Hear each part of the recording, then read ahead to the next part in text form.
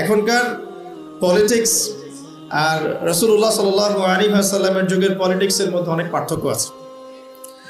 আমরা অনেক সময় দিনী মাহফিলের মধ্যে এসব কথাগুলো আলোচনা করি না, সঙ্গত কারণেই করি না।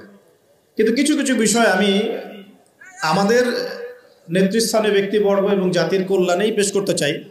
যে উমর রাদিয়াল্লাহু আনহু এমন একজন মানুষ ছিলেন যিনি তার সন্তান অন্যায় করার পরেও তার সন্তানকে শাস্তি দেওয়া থেকে বিরত রাখেন নাই। তার সন্তান মদ পান করেছিল অথবা জেনা করেছে, দুটোর একটা। এখন কাজী তাকে শাস্তি দিচ্ছে এবং কাজী যখন শাস্তি প্রদান করছে, শাস্তি কি বললাম, 100 কি বেত্রাঘাত, সূরা নূরে আছে। শাস্তি প্রদান করতে গিয়ে কাজীর মনে একটু মায়া দয়া, কারণ আমিরুল মুমিনিনের ছেলে, এখন তাকে তো আর সবার মতো শাস্তি দেওয়া যাচ্ছে না। তিনি আস্তে আস্তে আঘাত করছেন। ওমর রাদিয়াল্লাহু আনহু নিজে সেই বেতটা কেড়ে নিলেন, কেড়ে নিয়ে নিজের হাতে পিটানো শুরু করলেন। ওই বেত্রাঘাত শেষ হওয়ার আগেই তার সন্তান ইন্তেকাল করেছে। ইন্না লিল্লাহি ওয়া ইন্না ইলাইহি রাজিউন। শাসন, আল্লাহ পাক শাসন ক্ষমতা দিলে এটাতে অকল্যাণের কিছু নাই যদি আপনি এটাকে বা আমি এটাকে ইনসাফের সাথে, ন্যায়ের সাথে প্রতিষ্ঠা করতে পারি, কোনো সমস্যা নাই। বরং আল্লাহ পাক পৃথিবীতে মুসলিম এবং মানুষদেরকে পাঠিয়েছেন আল্লাহর খলিফা করে। কি করে? সূরা বাকারা পড়েন, আল্লাহ পাক প্রথমেই বলেছেন ওয়াইজ ক্বালা রাব্বুকা লিল মালাইকা ইন্নী জাইলুন ফিল আরদি খলিফা। হে নবী, স্মরণ করুন সেই সময়ের কথা যখন আল্লাহ পাক ফেরেশতাদেরকে বললেন যে আমি পৃথিবীতে আমার খলিফা পাঠাতে চাই। কি পাঠাবেন? খলিফা। খলিফা কাকে বলে? আর খলিফা কাকে বলে এর ব্যাখ্যা জানতে হলে আমাদেরকে কোরআনেই যেতে হবে। সূরা সদ। কোন সূরা? সূরা সদ। আল্লাহ পাক আদম আলাইহিস সালামকেও খলিফা বলেছেন, আরো একজন নবীকেও খলিফা বলেছেন। সেই নবীর নাম কি বলতে পারবেন কেউ? দাউদ আলাইহিস সালাম। কি নাম? দাউদ আলাইহিস সালাম। আর দাউদ আলাইহিস সালাম এই জেরুজালেম থেকে বিশ্ব শাসন করেছিলেন, খলিফা ছিলেন। তার ছেলে সুলাইমান আলাইহিস সালাম এই জেরুজালেম থেকেই বিশ্ব শাসন করেছেন, দুজনে।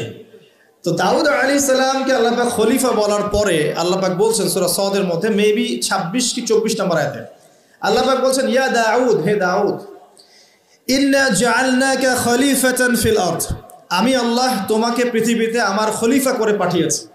তোমার কাজ কি? তোমার খলিফার ফাংশন কি? ফাহকুম বাইনান নাস বিল হক।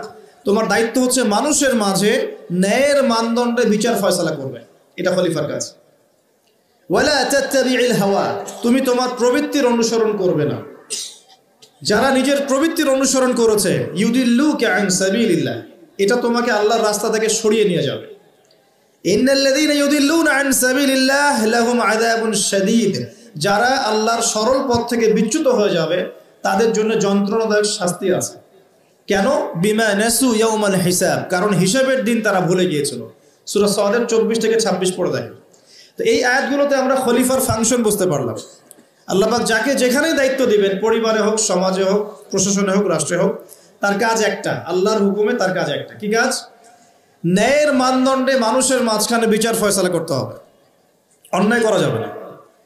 এখানে ঘুষ, সুদ, দুর্নীতি, করাপশনে আশ্রয় নেওয়া যাবে না। আপনারা কি আমার কথা রাগ করছেন? ফাযাক্কির ইন্নামা আনতা মুযাক্কির। আল্লাহ পাক বলেছেন তুমি উপদেশ দাও, তুমি শুধুমাত্র একজন উপদেশদাতা। কাকে বলছেন? নবী সাল্লাল্লাহু আলাইহি ওয়াসাল্লাম। লাস্তা আলাইহিম বিমুসাইতির। তুমি কারোর প্রতি দারোগা নও। ইসলাম চাপিয়ে দেওয়ার জন্য আসে না, এসেছে লা ইকরাহা ফিদ-দীন। দিনের উপর কোনো জবরদস্তি নাই, দিনে কোনো জবরদস্তি নাই। ক্বাদ তাবায়্যানা রুশদু মিনাল গায়। সত্য আর মিথ্যা স্পষ্ট হয়ে গেছে, চাপিয়ে দেওয়ার কিছু নাই। বরং আল্লাহ পাক ধর্ম নিয়ে বাড়াবাড়ি করতেও নিষেধ করেছে, কিন্তু সত্যটাকে উপস্থাপন করতে আল্লাহ পাক শিক্ষা দিয়েছে। তাই একজন খলিফার কাজ কি? ন্যায়ের মানদণ্ডে মানুষের মাঝখানে বিচার ফয়সালা করা, অন্যায় না করা। উমর রাদিয়াল্লাহু আনহু নিজের ছেলে অন্যায় করার পরেও তাকে নিজ হাতে শাস্তি দিয়েছেন। একটা বলবো, ওই যে ঘটনা জানেন, রাত্রেবেলা জনগণের খোঁজ খবর নিতেন তিনি, রাতের অন্ধকারে তাহাজ্জুদ নামাজ পড়তেন, পড়ার পরে বের হয়ে যেতেন, বের হয়ে মানুষের দুয়ারে দুয়ারে দুয়ারে। এখন এটা কঠিন, তখন কিছুটা সহজ ছিল কারণ মানুষ কম ছিল। তো এখন অন্য পদ্ধতি আছে। যাই হোক, শুনতে পেলেন যে মায়ের সন্তানরা কান্নাকাটি করছে। জিজ্ঞাসা করলেন কেন কান্নাকাটি করছে সন্তান। তখন এই মহিলা বলছে, সন্তানের মারা বলছে, ওয়াল্লাহি হাদা বাইনি ওয়া বাইনা ওমর। আল্লাহর কসম করে বলছি এটা আমার এবং ওমরের মাঝখানের বিষয়।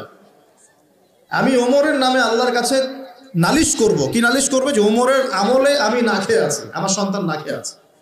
কথা বুঝতে পারছেন? এই কথা শোনার সাথে সাথে উমর রাদিয়াল্লাহু আনহুর মানে বুকে আল্লাহ পাকের ভয় চলে আসলো, হৃদয় প্রকম্পিত হলো। প্রকম্পিত হওয়ার পর তিনি নিজে চলে গেলেন মদিনায়, যেটাকে বলি আমরা বাইতুল মাল, মানে রাষ্ট্রীয় সম্পদ যেখানে থাকতো ওটাকে বাইতুল মাল বলা হতো। সেখান থেকে একটা আটার বস্তা নিজের কাঁধে উঠিয়েছেন, উঠিয়ে নিজে পায়ে হেঁটে ওই মহিলার বাসায় যাচ্ছেন। তার পাশে থাকা একজন সাহাবী, তিনি বলছেন, তার নাম আসলাম রাদিয়াল্লাহু আনহু, তিনি বলছেন যে ইয়া আমিরুল মুমিনিন, হে আমিরুল মুমিনিন, আমাকে দিন, আনা আহমেলুক, আমি এটাকে বহন করে নিয়ে যাই। আপনি চলেন সাথে, সমস্যা নেই, আমি বহন করে নিয়ে যাই অ্যাটলিস্ট। তখন উমর রাদিয়াল্লাহু আনহু বলছেন, দিলের কান দিয়ে শোনেন কথাগুলো, উমর রাদিয়াল্লাহু আনহু বলছেন, হাল আনতা তাহমিলু উযরি ইয়াউমাল কিয়ামা, তুমি কি কিয়ামতের মাঠে আমার পাপের বোঝা বহন করবে? সুবহানাল্লাহ, চিন্তা করে দেখেন। নিজের হাতে গেলেন, রান্না করে খাওয়ালেন, তারপরে বললেন আগামীকাল তুমি আমিরুল মুমিনিনের দরবারে এসো, সেখানে আমাকে পাবে। এই হলো উমর রাদিয়াল্লাহু আনহুর খেলাফত। একদিন তিনি তার যে উট, এটাকে পরিষ্কার করছেন। আলী রাদিয়াল্লাহু আনহু দেখে বলছেন, আমিরুল মুমিনিন, আপনি পরবর্তী জেনারেশনের জন্য অনেক কঠিন আদর্শ রেখে যাচ্ছেন। আপনি এত কাজ করছেন, তারপরে নিজের কাজও নিজে করছেন। তখন ওমর রাদিয়াল্লাহু আনহু বলছেন, ওয়ালা তালুমুনি ইয়া আবুল হাসান, হে আবুল হাসান, আমাকে এভাবে বিব্রত করো না, কারণ আমি ভয় করি যে আমি যে অর্ধবিশ্ব শাসন করছি, তারপরে আমি ভয় করি যে আমার এই শাসনের আন্ডারে যদি একটা রাখালও না খেয়ে মারা যায়, আমি ভয় করি আল্লাহ এই জন্য আমাকে জবাবদিহি করাবে। আরেকটা বলে শেষ করে দিই, বেশি যাব না। আমর ইবনে আস রাদিয়াল্লাহু আনহু, তিনি একজন গভর্নর, কোথাকার? মিশরের। কার আমলে আছেন? ওমর রাদিয়াল্লাহু আনহুর সময়। তো তার ছেলের নাম হচ্ছে মুহাম্মদ। তো সে মুহাম্মদ আমর ইবনে আসের ছেলে রাদিয়াল্লাহু আনহু, বাবার পলিটিক্যাল পাওয়ারে মিশরের মানুষের উপরে কিছুটা জুলুম করা শুরু করেছে। এটা হয় না এমন মাঝে মাঝে? এমন হয় না? হতে পারে। তো এখন ওই মিশরের কিপ্তি এক লোক যার উপর জুলুম করেছে, এই ভদ্রলোক এসে উমর রাদিয়াল্লাহু আনহুকে নালিশ করছে যে আপনার নিযুক্ত এই গভর্নরের ছেলে আমাকে জুলুম করেছে। এবার উমর রাদিয়াল্লাহু আনহু চিঠি লিখে পাঠালেন যে বাবা এবং ছেলে দুইজনকে মদিনায় নিয়ে আসো। দুইজনকে মদিনায় নিয়ে আসা হলো। আনার পরে ওই কিপ্তিকে ডাকা হচ্ছে, আইনাল কিপ্তি, কিপ্তি কোথায়? কিপ্তি আসলো, এসে বলছে, এই যে আমি আমিরুল মুমিনিন। নিজের হাতের লাঠিটা এই কিপ্তির হাতে দিয়ে আমিরুল মুমিনিন বলছেন, ইদরিব ইবনুল আকরামিন, এখন সবার সামনে তুমি এই সম্মানের ছেলেকে পিটাও। চিন্তা করে দেখেন, মসজিদ নববীর মধ্যে অনেক সাহাবী আছেন, তাদের সামনে আমর ইবনে আস রাদিয়াল্লাহু আনহু আছেন, তার ছেলেকে তার সামনে পিটাতে বলা হচ্ছে। কে বলছেন? উমর রাদিয়াল্লাহু আনহু। সেই কিপ্তি বিব্রত, যাই হোক পিটালেন। অনেকক্ষণ মারার পরে যখন সে থামলো, তখন উমর রাদিয়াল্লাহু আনহু বলছেন, হ্যাল শাফাইত, তুমি কি সন্তুষ্ট হয়েছো? বলছে, শাফাইতু ওয়াশতাফাইত, আমি সন্তুষ্ট হয়েছি এবং তৃপ্তি হয়েছে, আমি ন্যায় বিচার পেয়েছি। আচ্ছা, এবার কি? আলান, এখন ইদরিব আলান আদ-দরবু আলা রাসি আমর, এখন আমর ইবনে আসের মাথার উপরে এই লাঠি দিয়ে মারো। ওয়াল্লাহি মা দারাবাকা ইল্লা বিফদলি সুলতানিহি, আল্লাহর কসম করে বলছি, আমর ইবনে আসের ছেলে তার বাবার পলিটিক্যাল পাওয়ারেই তোমার গায়ে হাত তুলেছে। আমি কি শাসন বোঝাতে পারছি? এরকম শাসকতা আল্লাহ পাক নিষেধ করেন নাই, বরং এই শ্রেণীর শাসক হতে পারলে আরশের ছায়া আল্লাহ পাক ছায়া দিবেন ইনশাআল্লাহ। আল্লাহ পাক বলেছেন তার হাবিবের মাধ্যমে 7 শ্রেণীর মানুষকে আল্লাহ রাব্বুল আলামিন কিয়ামতের মাঠে আরশে আজিমের ছায়া ছায়া দিবে। কয় শ্রেণী? তার মধ্যে প্রথম হচ্ছে ইমামুন আদিল, ন্যায়পরায়ণ শাসক। এই জন্য আমি খুব দোয়া করি মন থেকে, আল্লাহ পাক আমাদের যাকে যেখানে দায়িত্ব দিয়েছেন সবাইকে তার জায়গায় ন্যায়পরায়ণ হওয়ার তৌফিক দান করুন। আমরা সবাই দোয়া করব। সমালোচনা করা সহজ, একটা মানুষ যখন কাজ করবে, কাজের সময় ভুল ত্রুটি ধরা সহজ, কিন্তু সেই কাজ নিজে করা এত সহজ নয়। আমরা যারা দিনের পথেও চলি, দেখবেন সমালোচকের অভাব আছে? অভাব নাই। কিন্তু নিজে একটা বই লিখুক, নিজে একটা লেকচার দেখ, 10 জন মানুষের সামনে দাঁড়িয়ে কথা বলুক, দিনের কিছু ভালো কথা উপস্থাপন করুক, দেখবেন নাই, পারবে না। কিন্তু সমালোচনা করা সহজ, ফেসবুকে বসে বসে 2-4 লেখা সহজ, ফেসবুকে বসে শুয়ে শুয়ে 2-4 লাইন লেখা সহজ, কনস্ট্রাকটিভ কাজ করা এত সহজ নয়।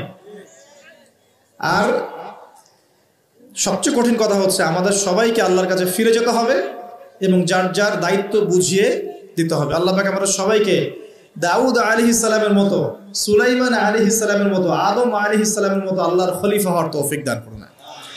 দাখিল আলিম পরীক্ষায় কোরআন বা অন্যান্য আরবি বিষয়ের মধ্যে কোরআনের আয়াতের অর্থ দলিল হিসাবে কোরআন আয়াত লিখতে হয়।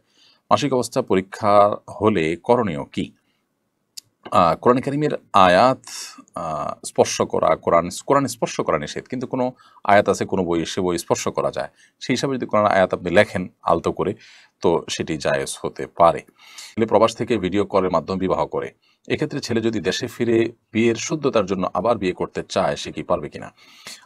দেখুন, ভিডিও কলের মাধ্যমে বিবাহ করা এটা বিবাহের কোনো সঠিক পদ্ধতি নয়, বরং বিবাহের সঠিক পদ্ধতি হলো যে একজন প্রতিনিধি নিযুক্ত করবেন দেশে, যিনি তার পক্ষ থেকে প্রস্তাব করবেন কিংবা প্রস্তাবে তিনি সম্মতি জ্ঞাপন করবেন এবং সাক্ষীদের উপস্থিতি সেখানে থাকবে। এটাই হলো শরঈ পদ্ধতিতে বিবাহের প্রকৃত নিয়ম।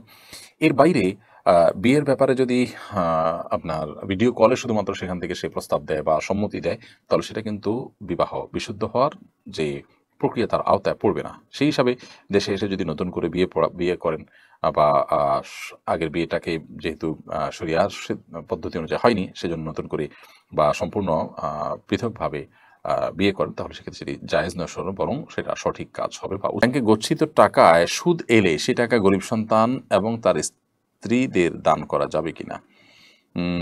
সন্তান সন্ততি যদি ছোট হয়, তাহলে সেটা তো বাবা মার কর্তব্য তাদেরকে লালন পালন করা।